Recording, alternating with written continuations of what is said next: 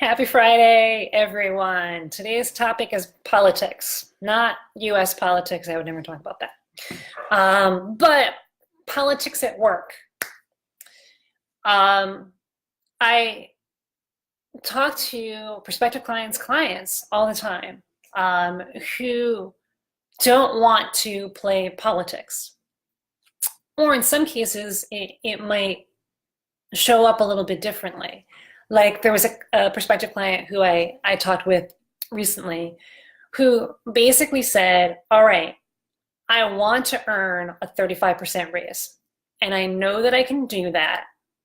I feel that it's possible. And it would involve getting a promotion from manager to director. But here's the thing, I don't want to have to throw my coworkers under the bus in order to do that. And so it's a really common kind of challenge, especially if, so this particular person is working for a bigger company, leading a team, and is ostensibly doing the best job that she can to lead that team and to work with all of the other people that she needs to work with in order to get stuff done. Not just people on her team, but her counterparts and people in other departments. And she has a boss who's actually very, very supportive. So that's awesome. There's something to be said for that. And there's also something to be said for the fact that she's performing, right? She's performing at her most, at her highest level. At least she believes that, right? It's not a situation where it's like, oh man, I can't do this. I don't know how to be a better leader. It's like the confidence is there, but she's dealing with a team who, despite her best efforts, are not showing up and doing their best. Now, I want to preface all of this by saying that at the People Stack, we're all about taking extreme ownership. There are no bad teams, only bad leaders. And I could tell in talking with this person that she was taking extreme ownership here. She was asking questions like, what can I do better? There's got to be something that I can do better. But still, like I'm all ears. How can I really inspire them so they're not just like, you know what I mean? Like every day is like they're just doing the bare minimum. Her team is they're underperforming. They're not really connected with the work that they're doing. They're just sort of punch in, punch out. And right now she's doing the best that she can to motivate them, to inspire them, but they're not performing well enough. And she knows that in order to get a promotion, to get that 35% raise, it's not just about her performance, because it is and it isn't, right? I mean, because her performance as a leader is tied to her team's performance. That what is one of the biggest indicators that you are awesome at leading is your team meeting the outcomes? Is your team getting results? If they're not, then what can I do better as a leader to make sure that they are, to inspire them, to give them the resources that they need to be better? And so she knows that in order to get that promotion, her team needs to perform better. But she couldn't kind of see around that. Like, okay, I could get that 35% raise. I can see a way to do that, but I have to throw my coworkers under the bus. I have to throw my team under the bus because they're not performing. So it would have to be a conversation like, well, I'm doing well. I'm doing great. And here's all the evidence that I'm doing great. And I'm doing great in spite of the fact that, Mo, Larry, and Curly over there are spending most of the time, just not performing. But she obviously doesn't want to have to do that, but she didn't see a way out of it. And so it's a tricky situation. And the fact of the matter is, this can really start to take a toll on your work life for sure, because you're like, I don't know how to get out of this. And you start showing up like, I'm doing great, but why aren't you? And you start blaming and you start judging and you start making people wrong when that's not what your intent is, but you just don't see any other way out of it. And then this frustration of dealing with a team who is underperforming, and you know that it's partially your fault, if not completely your fault, you just don't know how to get out of it and how to change that situation. Especially when it's a team that's a tricky team, tricky personalities. And you don't want to have to play politics. You don't want to have to throw anybody under the bus. But what other option is there? And this starts to leak into other parts of your life as well, because you have this goal. I want to get a promotion. Maybe you've already set that goal and you wished and you hoped and you prayed that you had already gotten this promotion, but you didn't. And so you're 1 year, 2 year, 5 years behind. Like, I should have been director 5 years ago. And that starts to eat away at you. That starts to really kind of chip away at your confidence. Like, why haven't I done this yet? It was supposed to happen 5 years ago and it hasn't happened yet. What am I doing wrong? And you get stressed out and you get frustrated. And then that bleeds over into, we see it in all kinds of ways. It can affect your sleep, for example, that you're up at night and your brain is just constantly in problem solving mode and you can't turn it off.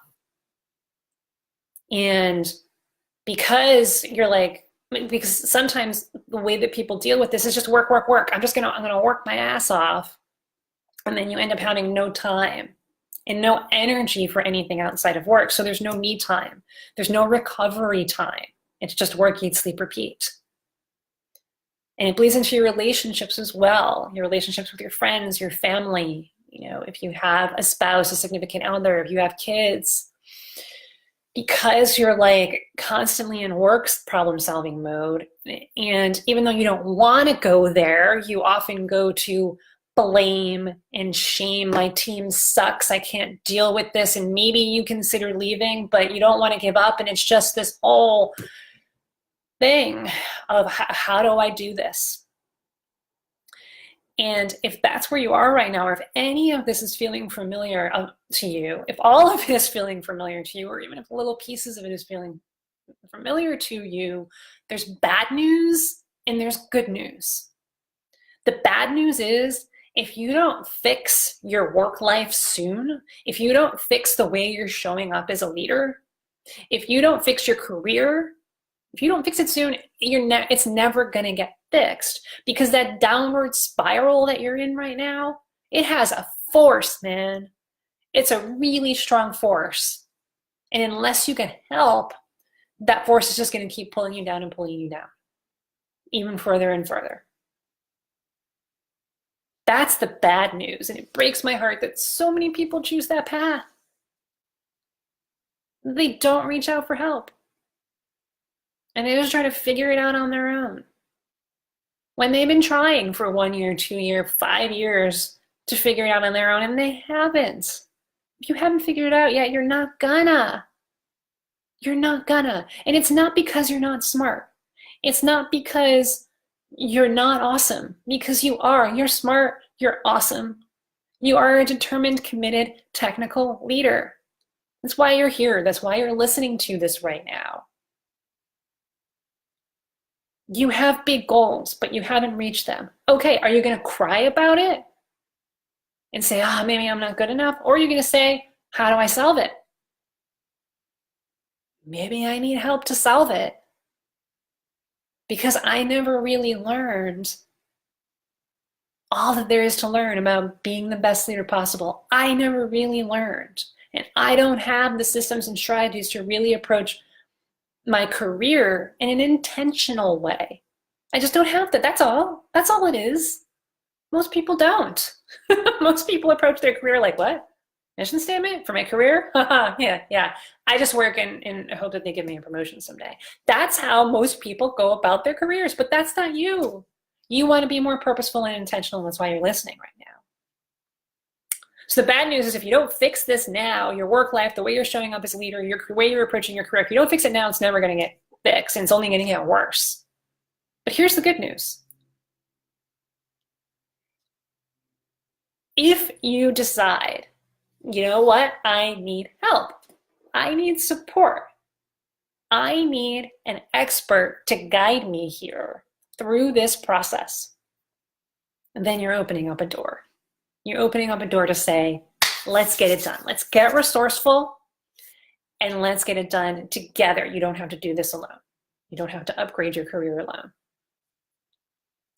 And so that's what we do for our clients, is we provide our clients the systems, the strategies, the support, the accountability, so they could take a look at what's going on right now. All right, you think that in order to get a raise, you need to throw your coworkers under the bus. Well, certainly that's one option, but that's not the path that we ever encourage our clients to pursue.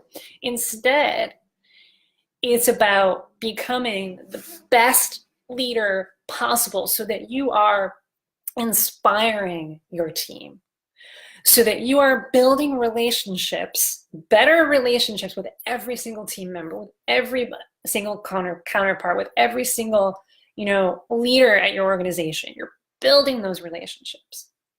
You're also training yourself to think more strategically so that you can think more about, okay, what are we doing on a day-to-day basis that's really helping the company? And you can talk to the senior leaders in a way that is going to connect with them, and they're going to help you, and you're going to get more resources because of that. And you have systems and strategies just for getting shit done. You can get stuff done because you have more space to do that, and you're not just stuck in all of administrivia and doing all the administrative stuff that frankly is not your job. And so that's how you do it in a way that you're going to lift everybody up in the process. You don't need to throw anybody under a bus. You're lifting everybody up in the process, and you're going to get a raise. So is your team as well.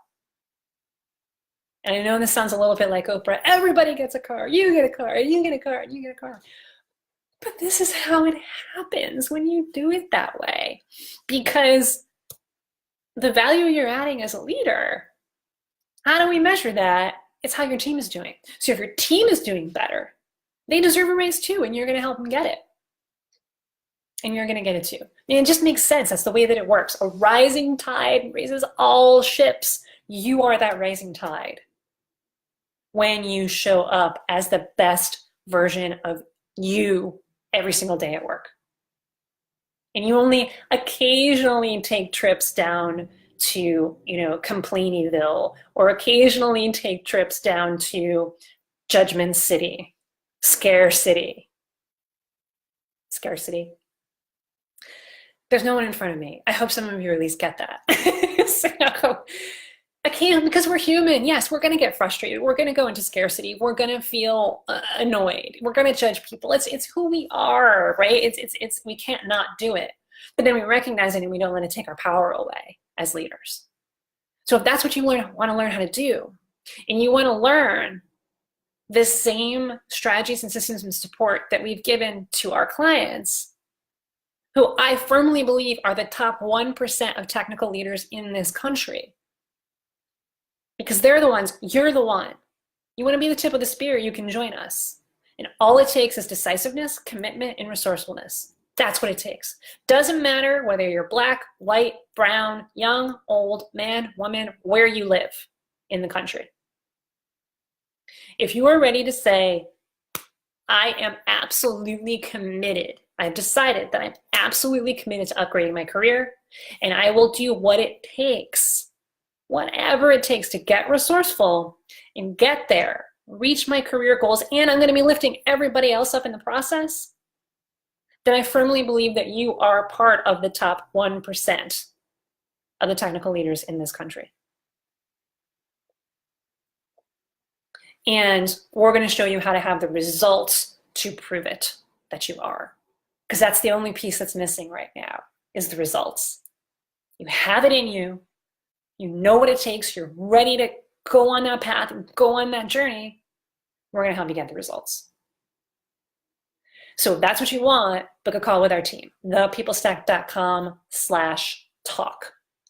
We'll talk about what's going on right now at work with your team, with your boss, with your leadership, your boss's boss, and the way that you're showing up as a leader. We'll talk about all of that, what's working, what's not. We're also going to talk about what is your goal. Is it a 35% raise? Is it that someday you want to become CTO?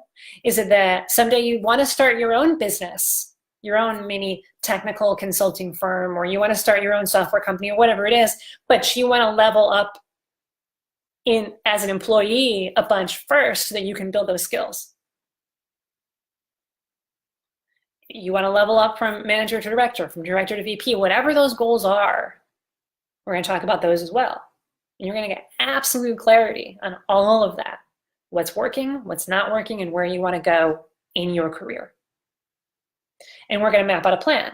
We're going to map out a step-by-step plan so that you can reach those goals without throwing your coworkers under the bus, without playing petty politics, by being authentically 100% in integrity you. The leader who you want to be and the leader who you know you're capable of being. We'll show you how to do that. And if you want our help to implement the strategy that we come up with, the steps that we come up with, we'll talk about what that looks like. If not, or if it's for any other reason it's not a fit, you're still going to come out of that call with extreme clarity about your career. Because honestly, most people never think about their careers this way. Which is, if you look at it from a different perspective and almost like an outsider's perspective, it's almost a little silly. Because as technical leaders, like, we love plotting and planning and precise processes and data and prove it, right? We love that stuff. It's our jobs, right? Especially if you started life in your career as an individual contributor, as somebody in data analysis like myself, or somebody in software engineering or hardware engineering, or, IT infrastructure, or whatever it might be. You're like, you love structure and planning and how do we get there, right? But yet, how are you approaching your career? Are you plotting and planning for your career? Are you thinking about your career in a structured way? Do you have systems to help you get to the next level in your career? Most people don't. 99% of people do not. That's why I'm saying it's the top 1% of people who do or know that they want that. And most of the time people can't figure it out by themselves, because if you know, oh, right, yeah, I could do that. You would have figured it out by yourself, and you would have done it already. Because you're smart, you're motivated, you're committed, but yet you haven't done it yet. So that means you need some outside assistance, some outside support. So that's what we're here to do. So go ahead, book a call with our team today, thepeoplestack.com/talk. So that's the message of the day, folks. You do not have to throw anybody under a bus, metaphorically or for real, in order to upgrade your career. This is all about lifting everybody up in the process. You shine, and that light just spreads to everyone else, and you're going to be inspiring so many people in the process. So that's what we're here to do. So that's it for the day. Have a wonderful weekend, and we'll catch you next Wednesday for the next video. Take care.